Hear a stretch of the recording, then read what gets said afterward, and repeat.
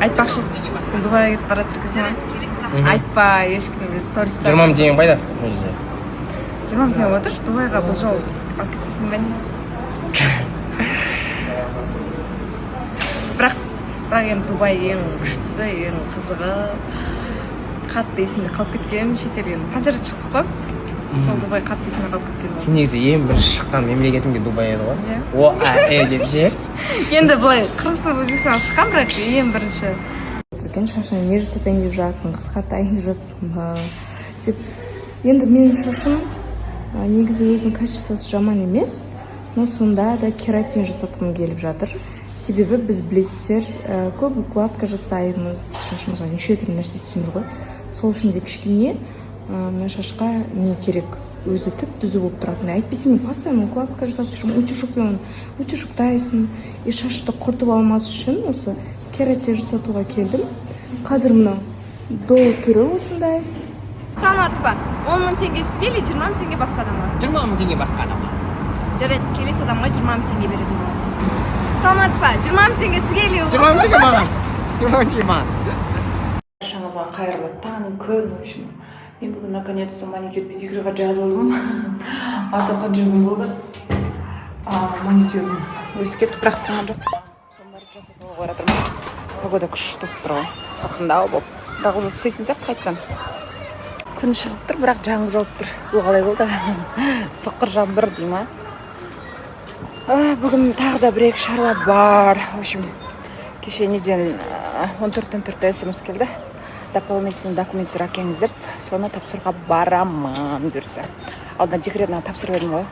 Толып тұрған қағаздарын походу қабылдайтын болды, құрдан-құр шығарған жоқ. Бәрі жазып кетті.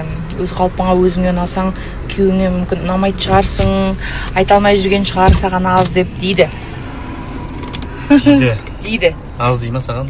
Жоқ, аз деп енді бәрі жазады ғой, енді асай, 4 баладан кейін семіріп алдың деген сияқты. Күйеуің айта алмай жүрген шығар дейді саған. Айта аламын ғой. Осылайда ұнайды ғой маған. Құрсын солай айтып қойыңдар, құрсын. Мен дайындап қойған жоқпын, өзі айтты. Айтшы жаны өзің айттың, иә? Мен дайындап қойған жоқ. Жоқ, андай, егер көмек керек болса былай соус деп көрсет деп отпайын қазір олай. Ойшын сол негізін үрекең сторисқа бүйтіп дайындалып түспейді ғой, мен ито бүйтіп резко түсіріп, неге түсірдің деп жатып әрең түсіреміз. Так что, қыздар, не переживайте ол жағынан. Мен бұйырса бір айда сіздерге енді айттым ғой, бұйырса өзгерісті көресіңдер. Сол күнге жетейік тезірек. Жақсы, өзіңіз қалайсыз? Нелер жақсы. Қайттап істеген уақыттар. Бір біз әдеттегідей. Стиліміз ұқсап кете береді. Иә, жалпы маған сіздердің стильдеріңіз ұнайды. Гармония болып тұрасыздар да. Бұл нені білдіреді екен білмейміз әлі қымбаты көрермен, бірақ енді ерекше әдеттегідей. Сіз үміткерлікті десіз. Иә. Сіз де. Ол күтпейді. Бұл нені білдіреді? Прикол ғой. Сарказм. Сарказм. Барыс сенесіз ба? Сарказм. Үміткер күтеді дегенге ма?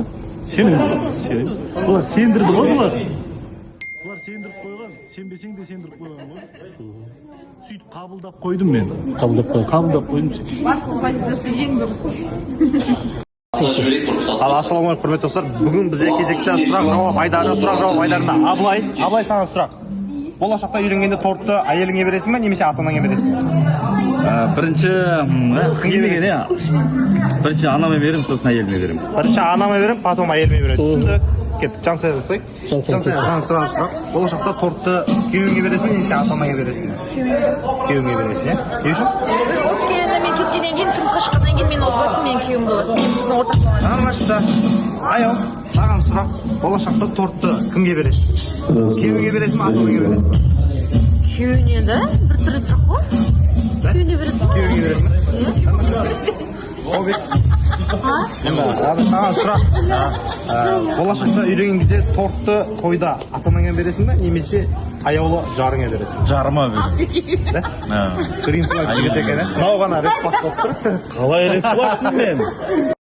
Eң саған сұрақ, болашақта үйленгенде тортты бірінші күйеуіңе бересің бе, немесе ата-анаңа бересің бе, кімге бересің? Папама беремін. Папамды беремін дейді ғой. Мына қараңыздар, қыздар ренжіп жатыр екен, мені ретфлаг деп. Сонда бала бірінші әйеліне беру керек.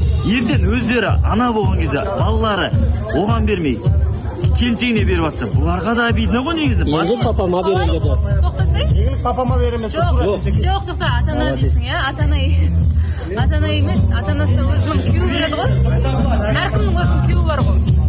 Енді сен өз, я дұрыс қой, бұлақ қыздар ренжіп жатқаны бізге берсін дейді да, бізге берсін. Ата-анасына емес, бізге берсін дейді. Түсіндің ғой, иә? Анаяқ ренжіп жатыр. Мен айтып отырмын, ертең бастарына келеді. Бір тортқа таласып отырайық енді. Сиырға туған күн бұзауға да туады. Нұржан, жаңа сұраққа жауап берші. Сен үйленгенде тортты ата-анаңа бересің бе, бірінші әйеліңе бересің бе? Мен тойда торт қоймаймын, сорпа қоямын. Ыдыспен әркім өзінің алып ішіп жүреді да, ешкім мазасынан ба. Расыл, саған сұрақ, кімге бересің тортты, ата-анаңа бересің, немесе әйеліңе бересің бірінші? Тиктокта тренд болды ғой, екі официант апарып береді ғой. Сөйтем ба деп тұрмын. Қызық, өте қызық. Көру керек. Ақботаны көрген. Ақбота бермейді ғой, салмайып. Ақбота саған сұрақ. Болашақта тойда